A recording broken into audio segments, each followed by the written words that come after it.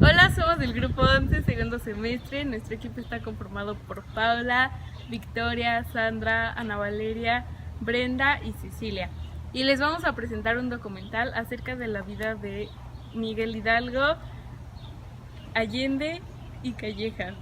Miguel Gregorio Antonio Ignacio Hidalgo y Costilla Gallaga fue reconocido como el líder principal del movimiento surgido de la conspiración de Querétaro.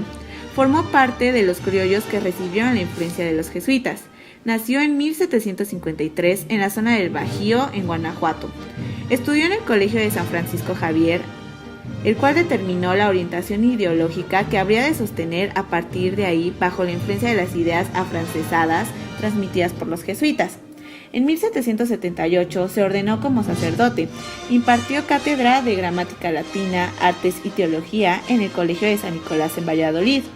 Llegó a dominar varios idiomas, además del latín de rigor, como el francés, italiano y las lenguas indígenas como el otomí, tarasco y náhuatl. En 1790 fue rector de la misma institución. 2 años después, Hidalgo ocupó el curato de Colima y después el de la parroquia del pueblo de San Felipe, en Guanajuato, donde promovió la alfarería.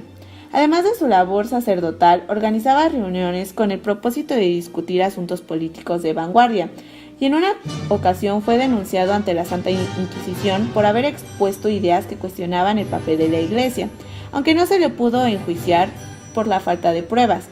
En 1802 fue encargado del curato de la parroquia de Dolores, en Guanajuato, donde continuó con su costumbre de organizar tertulias y desarrollar actividades artesanales, ya que instaló talleres de diversos oficios, introdujo la apicultura, la cría del gusano de seda, el cultivo de la uva, y él mismo se encargó de alfabetizar a campesinos y artesanos e instituirlos para desempeñar aquellos oficios. En 1809, Hidalgo asistió a las reuniones que, bajo la apariencia de académicas literarias, se celebraban en casa de un sacerdote en Querétaro. A estas reuniones asistía el corregidor Miguel Domínguez y su esposa Josefa Ortiz. Además de hombres de leyes y comerciantes, también había varios militares, entre ellos Ignacio Allende y Juan Aldama. Esas reuniones fueron convirtiéndose en una verdadera conspiración formalizada a principios de 1810, cuando se tuvo conocimiento de la invasión napoleónica a España, así como de las juntas gubernativas creadas en América del Sur. El grupo de Querétaro adoptó un plan revolucionario que consistía en formar juntas en varias localidades del Bajío. En rechazo a la idea de que la Nueva España quedara sometida a los franceses, se acordó expulsar del poder a los peninsulares y ejercer el gobierno a nombre de Fernando VII.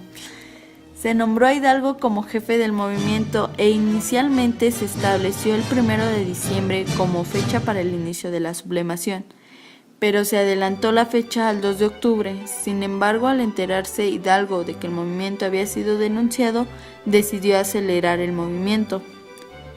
Y en la medianoche entre los días 15 y 16 de septiembre de 1810, Hidalgo se reunió con Allende y Aldama para decirles que la insurrección iniciaría. En la madrugada del domingo 16, Hidalgo llamó a misa, dirigió una proclamación en la cual expresa lo siguiente: mis amigos y compatriotas, no existen ya para nosotros ni el rey ni los tributos. Esta gabela vergonzosa que solo conviene a los esclavos la vemos sobrellevado hace 3 siglos como signo de tiranía y servidumbre. Terrible mancha que sabremos lavar con nuestros esfuerzos. Llegó el momento de nuestra emancipación. Va sonando la hora de nuestra libertad.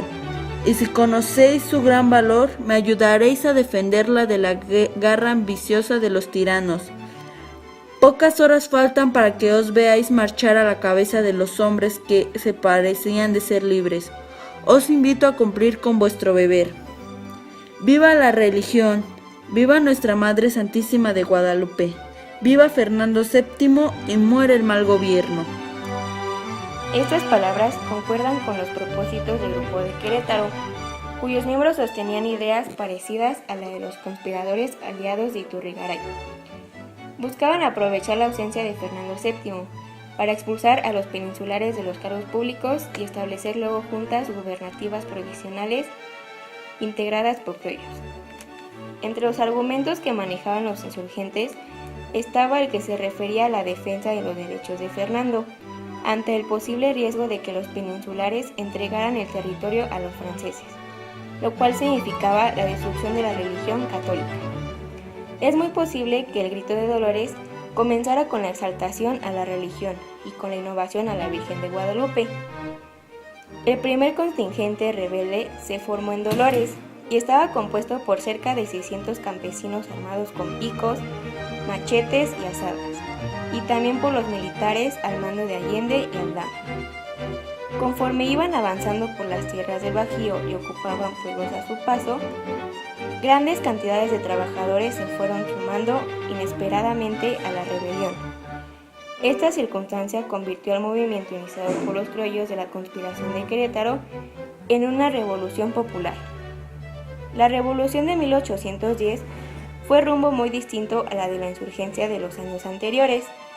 Tomó características de una rebelión campesina a la que se unieron los trabajadores de las ciudades y los obreros de las minas, todos dirigidos por unos cuantos criollos de clase media. Tras la toma de Celaya, los caudillos principales nombraron a Hidalgo capitán general, otorgándole el título de generalísimo, en virtud de su gran influencia sobre las tropas.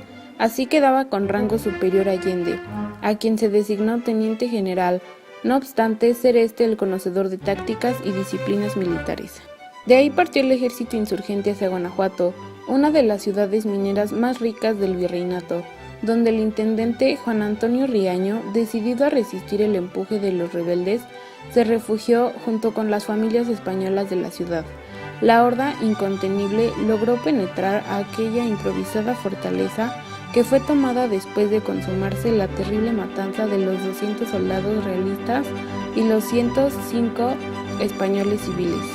Este hecho preocupó seriamente a los oficiales criollos, algunos de los cuales abandonaron el movimiento por considerar que este se había convertido en una insurrección popular. Allende comenzó a manifestar su disgusto contra los saqueos y asesinatos de españoles, realizados por la turba y permitidos por Hidalgo, lo que provocó un distanciamiento entre ambos dirigentes. De Guanajuato, los insurgentes partieron hacia Valladolid, donde ya el obispo Manuel Abad y Queipo había decretado la excomunión contra Hidalgo y sus seguidores. La ciudad fue tomada sin resistencia el 18 de octubre y un día después fue publicado un decreto que abolía la esclavitud. A partir de ahí, conforme las fuerzas insurgentes iban tomando plazas, se abolía toda forma de esclavitud con base en la idea de que todos los americanos debían ser iguales y no debía existir distinción de castas, y se decretaban severas penas contra quienes mantuvieran personas en condición de esclavos. A finales de octubre, los insurgentes derrotaron a los realistas en el Monte de las Cruces, cerca de la Ciudad de México. Gracias a esto, Hidalgo decidió no acercarse más hacia la capital y ordenó el regreso con rumbo al Bajío. En Aculco, las fuerzas rebeldes fueron derrotadas y diezmadas por el ejército virreinal de Félix María Calleja, haciendo que Hidalgo huyera hacia Valladolid, mientras que Allende se encaminaba hacia Guanajuato. La rebelión se había extendido a otras regiones del país, más allá de la zona del Bajío, incluso en las provincias internas del oriente. Mientras tanto, en el sur, el cura José María Morelos se levanta en armas, y al mismo tiempo José Antonio Torres toma la plaza de Guadalajara, preparándola para que entraran las fuerzas de Hidalgo a esta ciudad, donde Hidalgo constituyó el primer gobierno insurgente y promulgó el decreto donde declaraba abolida la esclavitud de todo el país y eliminaba todos los monopolios estatales en la producción de venta de tabaco y vino. Mientras que las diferencias entre Hidalgo y Allende se fueron acentuando debido principalmente al enfoque social que Dolores imprimía al movimiento. Desde un principio, Allende se había esforzado por organizar un levantamiento ordenado, dirigido por los oficiales criollos, mientras que Calleja había logrado recuperar Guanajuato y el 17 de 1811, fuerzas de Hidalgo sufrieron una gran derrota en Puente Calderón, cerca de Guadalajara, ciudad también recuperada por los realistas. Después de esto, fuerzas insurgentes, un poco escasas, se encaminaron hacia el norte y en el trayecto los militares de Allende destituyeron a Hidalgo y ocuparon al mando de las tropas. Después se detuvieron en Zacatecas y de ahí en Saltillo, sin saber que en la región había movimientos antirrevolucionarios. En esta ciudad, ante las amenazas de los grupos de los jefes insurgentes, decidieron dirigirse hacia el noroeste pues habían contemplado la posibilidad de acudir a Estados Unidos en busca de apoyo diplomático y ayuda material para reiniciar la guerra. Al pasar por un lugar llamado Acatiga de Abaján, sorprendidos por una emboscada, los insurgentes fueron atacados. Cientos de ellos fueron hechos prisioneros y los dirigentes Allende, Aldama y Jiménez fueron llevados a Chihuahua, más tarde fusilados. Hidalgo fue sometido a un proceso religioso por el cual se degradó de su carácter sacerdotal y a un juicio civil que decretó su muerte, y así el 30 de julio de 1811 en Chihuahua fue fusilado. Se ha hablado de la participación de Allende con Hidalgo, pero ahora comentaré sobre los rasgos más importantes de su vida. Ignacio María Allende y Unzaga nació en 1796 en San Miguel de Allende, Guanajuato, militar independentista mexicano, uno de los más destacados protagonistas de la primera fase de la insurrección, que conduciría a la independencia de México.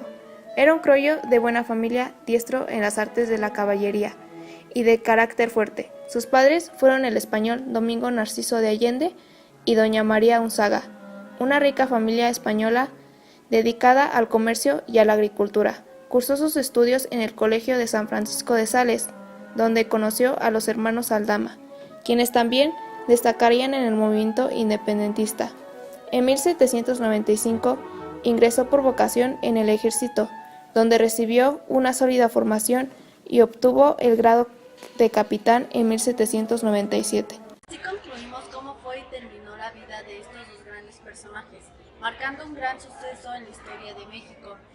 Ellos no pudieron permanecer para ver lo que habían logrado, pero nosotros lo vivimos día a día en nuestro presente, marcado como la independencia de México.